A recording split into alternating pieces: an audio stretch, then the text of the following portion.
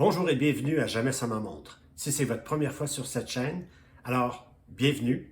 Mon nom est Léon, j'habite Montréal et je présente des montres abordables pour toutes les occasions. Sinon, alors je suis toujours content de vous retrouver. Parfois, vous savez, ce qu'on cherche avec beaucoup d'intention et beaucoup d'énergie se trouve tout simplement sous nos yeux. C'est le cas de la montre que je vous présente aujourd'hui. Si vous cherchez une montre qui sera la porte d'entrée dans le monde des montres automatiques, ou une montre tout allée qui aura fière allure, ou celle que vous recommanderiez à un ami qui se lance dans le hobby de collectionneur, ou encore même une plongeuse d'allure classique à bon prix, cette marque pourrait être pour vous. Aujourd'hui, je vous présente ma Orient Ray version 2, déclinée en noir sous le nom de Raven.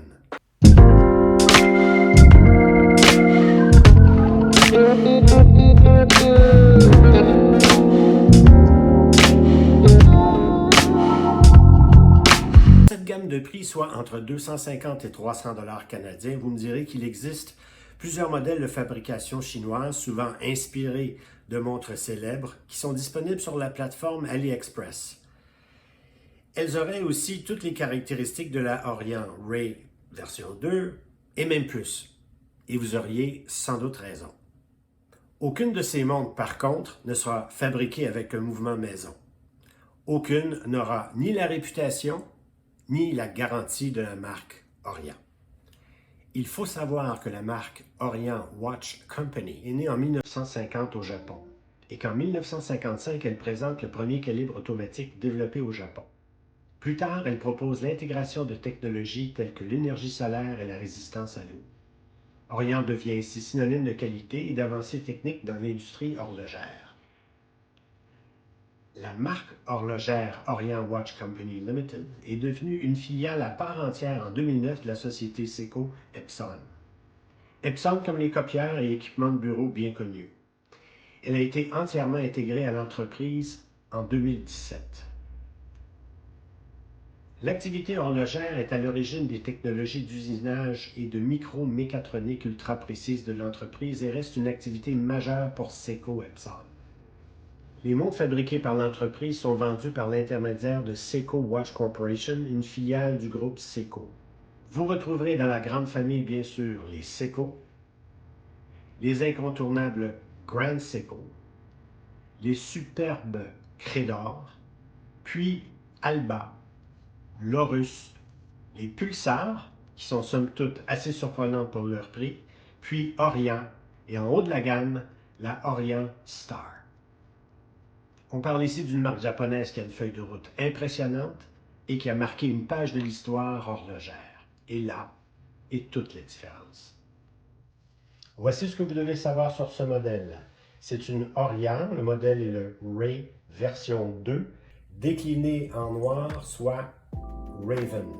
La référence, le FAA 02003B9.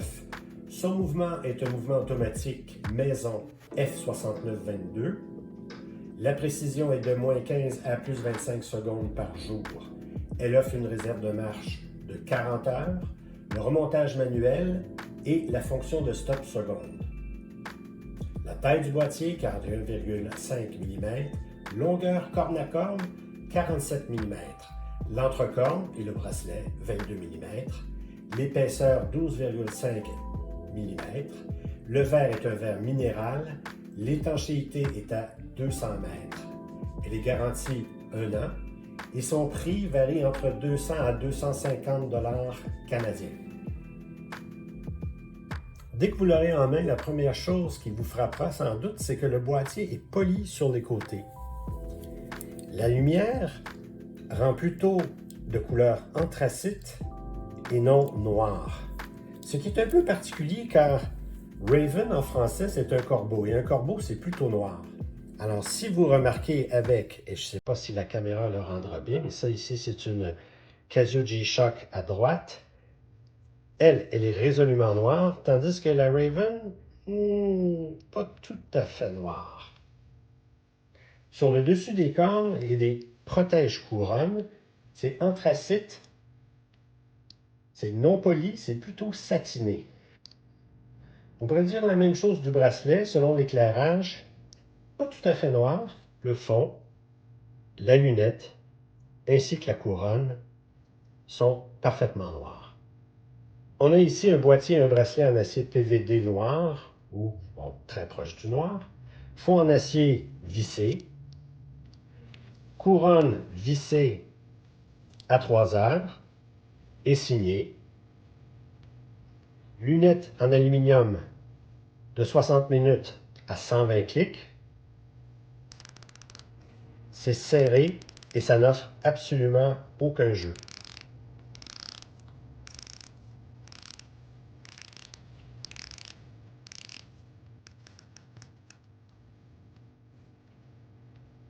Et c'est parfaitement aligné. Un peu mieux que certaines de ses cousines chez Seiko. Du solide. Le petit point lumineux au chiffre 60, bon, ça, c'est vraiment petit. Le bracelet est un peu de style Oyster à 3 maillons, finiment. Il mesure 22 mm, rétréci très légèrement à 20 mm à la boucle. Remarquez les extrémités du maillon central qui sont polies pour donner un effet un peu plus chic. Les premiers maillons repliés et non usinés, mais quand même solides. Les maillons sont fixés à l'aide de goupilles. Le dessus des fermoirs est estampillé et non usiné. Il porte la marque et les armoiries de la marque Orient. Et ça, c'est étampé. Le fermoir possède un rabat de sécurité, double poussoir. Ici, on est sur un fermoir, évidemment, très simple. Celle-ci, c'est du métal étampé.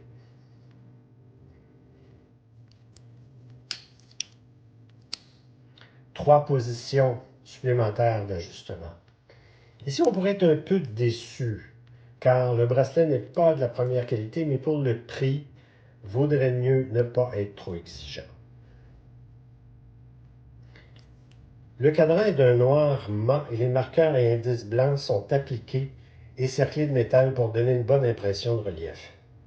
Au-dessus du pignon, on a imprimé les armoiries, le nom Orient et le mot automatique en italique. Sous le pignon, Water Resist en italique, puis 200 mètres. On a donc affaire ici à une montre de plongée véritable. Vous avez 200 mètres d'étanchéité, vous avez une couronne vissée, une lunette tournante, unidirectionnelle et une bonne luminosité. Donc, c'est vraiment une montre de plongée. Le guichet de date à 3 heures est double. Le jour à gauche et la date à droite. Anglais et espagnol. Remarquez que les chiffres sont blancs sur fond noir et que le guichet est entouré d'acier et est assez discret. Le dimanche, lui, il est en rouge sur fond noir. Les aiguilles sont blanches et entourées de noir et cette excellente trotteuse noire qui flotte au-dessus du cadran avec sa pointe de flèche rouge qui ne vient pas surcharger le cadran, mais ajoute une touche de couleur sur cet ensemble assez monochrome. Au poignet, elle est très confortable parce qu'elle est très bien équilibrée. Et à 41,5 mm, c'est une taille qui conviendra à beaucoup d'amateurs. Aussi, sa longueur corne à corne, 47 mm, conviendra à beaucoup de poignets. Certains trouveront la couronne un peu petite. Elle fait, tout juste 5 mm. Mais au moins, elle est assez discrète et aussi, les protège-couronnes sont très discrets aussi. Il me semble quand même qu'un bracelet de 20 mm au lieu de 22 mm aurait été plus indiqué ici pour rendre cette montre encore plus polyvalente. Mais au moins, il n'est pas de 21 mm. Difficile de trouver des bracelets de taille impaire. Mais à 22 mm, il y a beaucoup de choix. Quant à la lisibilité, le texte, les marqueurs, les aiguilles, les indices blancs sur fond noir, pas trop de texte, et de marque commerciale, bonne lisibilité comme une plongeuse se devrait de l'être. Vous avez la Raven ici à droite et vous avez la Helm Vanuatu à gauche. La Helm est l'une des montres de ma collection qui offre la plus forte luminosité dans le noir. Alors, comme vous voyez, elle se défend extrêmement bien.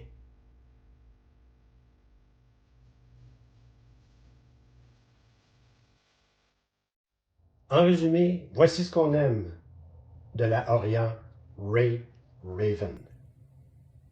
D'abord son mouvement. Réputé solide, fiable et très souvent comparé au mouvement NH35 de Seiko. Un mouvement qui a fait ses preuves.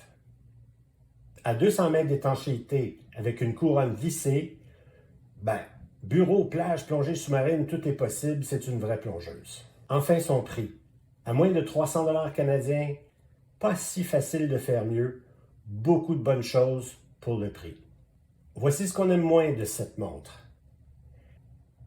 Le jour et la date. Personnellement, j'aurais bien aimé une version sans date. J'ai mis un peu de temps à m'habituer à ce guichet double, mais au moins le fond est noir et il n'est pas trop frappant. C'est sûr que c'est plus sujet aux égratignures que le verre saphir, mais à ce prix, il ne faut pas en faire un drame. Remarquez que vous êtes très très doué ou si vous connaissez un bon horloger, le verre pourrait sans doute être changé. En dernier lieu, le bracelet. Il n'est pas si formidable. Il n'offre que très peu de rétrécissement.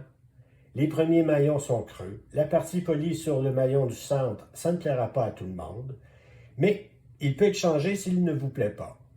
J'aurais quand même préféré un bracelet de 20 mm pour un boîtier de 41,5 mm pour en faire une montre qui présente un peu moins de volume, mais là, c'est peut-être seulement un goût personnel. Est-ce que je vous la recommande? Oui, sans hésitation. Et si vous la voyez autour des 200 $ canadiens sauter sur l'occasion, elle fera partie de votre collection. Un dernier mot. Jetez un coup d'œil sur les autres coloris de la Ray version 2, soit la classique, bien sûr au fini acier et fond noir, fond et lunettes bleues et fond orange. Aussi de très bons choix. Merci beaucoup d'être resté jusqu'à la fin et n'oubliez pas de vous abonner, de donner un like à la vidéo et de commenter. À très bientôt.